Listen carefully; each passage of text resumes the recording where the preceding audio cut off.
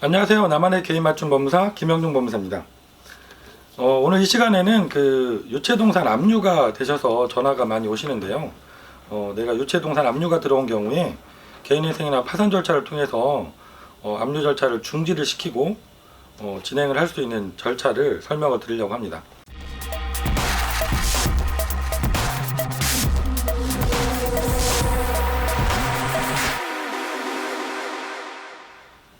제가 그 3, 4년 전만 해도 그런 전화들을 상당히 많이 받았거든요. 그 집에 유체동산에 압류가 들어왔다.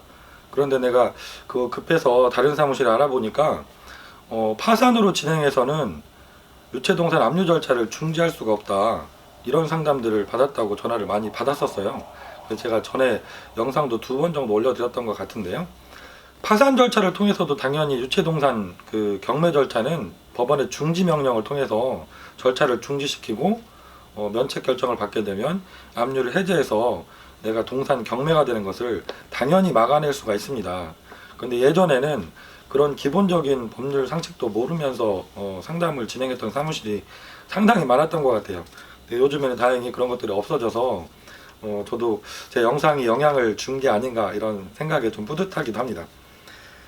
오늘은 그래서 제가 동산 압류가 들어온 경우에 내가 구체적으로 어떤 절차를 거쳐서 최종적으로 경매를 중지시키고 결과적으로 그 압류를 해제할 수 있는지 그 절차를 한번 설명드려 보려고 합니다.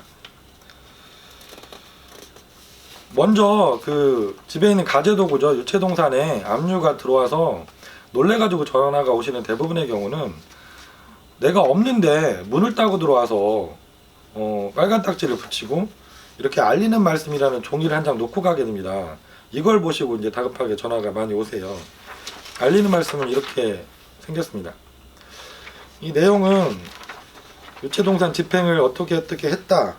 그리고 이제 집행을 하고 간 집행관 사무실 집행관 이름이 이제 적혀 있고요. 중간에 인터넷에서 이제 대법원, 법원 경매 정보를 조회해 볼 수 있도록 비밀번호 4자리 숫자도 적혀 있습니다. 이거를 통해서 대법원, 법원 경매 정보 사이트에서 내 진행 상황을 확인해 보실 수도 있습니다. 그리고 우리가 당연히 개인회생에는 너무나도 당연하고 개인 파산 신청을 통해서도 중지 명령이라는 제도를 통해서 이 압류된 유체동산의 경매 절차를 막을 수가 있는데요. 그걸 신청하기 위해서 필요한 서류가 있습니다. 물론 개인회생이나 파산 신청서를 접수하면서 동시에 중지명령 신청도 같이 접수를 해야 되는데 그 중지명령을 신청할 때 함께 첨부되어야 되는 서류가 집행관 사무실에 가시면 유체동산 압류 조서라는 것이 있습니다. 이렇게 유체동산 압류 조서라고 해서 발급을 해주고요. 이 뒤에 보면 압류 목록이 있습니다. 이게 필요한 거죠. 구체적으로 우리 집에 뭐 텔레비전이라든가 냉장고, 컴퓨터 같은 어떤 유체동산들이 구체적으로 압류가 되어서 그게 평가액은 얼마가 나와 있고 이렇게 정리되어 있는 압류 목록이라는 게 있습니다. 그래서 유체동산 압류 조서 이것을 집행이 되었던 해당 법원 집행관 사무실에 가셔서 발급을 해서 같이 보내주시면 저희가 개인회생이나 파산 신청을 해서 동시에 중지명령을 신청하고 중지명령 결정을 받게 되죠. 다행스럽게도 전국의 모든 법원이 이렇게 유체동산 압류가 진행 중인 경우에는 사건이 다급하다는 걸 아시기 때문에 빠른 법원은 하루 만에 늦어도 일주일 안에는 결정을 해주고 계세요. 통상은 한 3일 정도 걸리고 있는 것 같습니다. 그리고 저희가 접수할 때 저희 사무실에서도 해당 재판부가 정해지면 바로 전화를 드려서 동산 압류건이니까 급하게 진행을 해달라고 이렇게 부탁도 많이 드리고 있습니다. 그래서 이렇게 법원에서 최종적으로 중지명령 결정을 받게 되면 이걸로 끝이냐? 그렇지 않습니다. 이 중지명령 결정문을 동산 압류를 결정한 해당 법원 집행관 사무실에 중지명령을 제출해줘야만 강제집행 절차가 중지가 돼서 유체동산이 경매가 되는 것을 막을 수가 있습니다. 그래서 그 시일이 다급한 경우에는 저희가 집행관 사무실에 팩스로 먼저 서류를 보내고 전화를 드려서 양해를 구하고 접수를 하기도 하고요.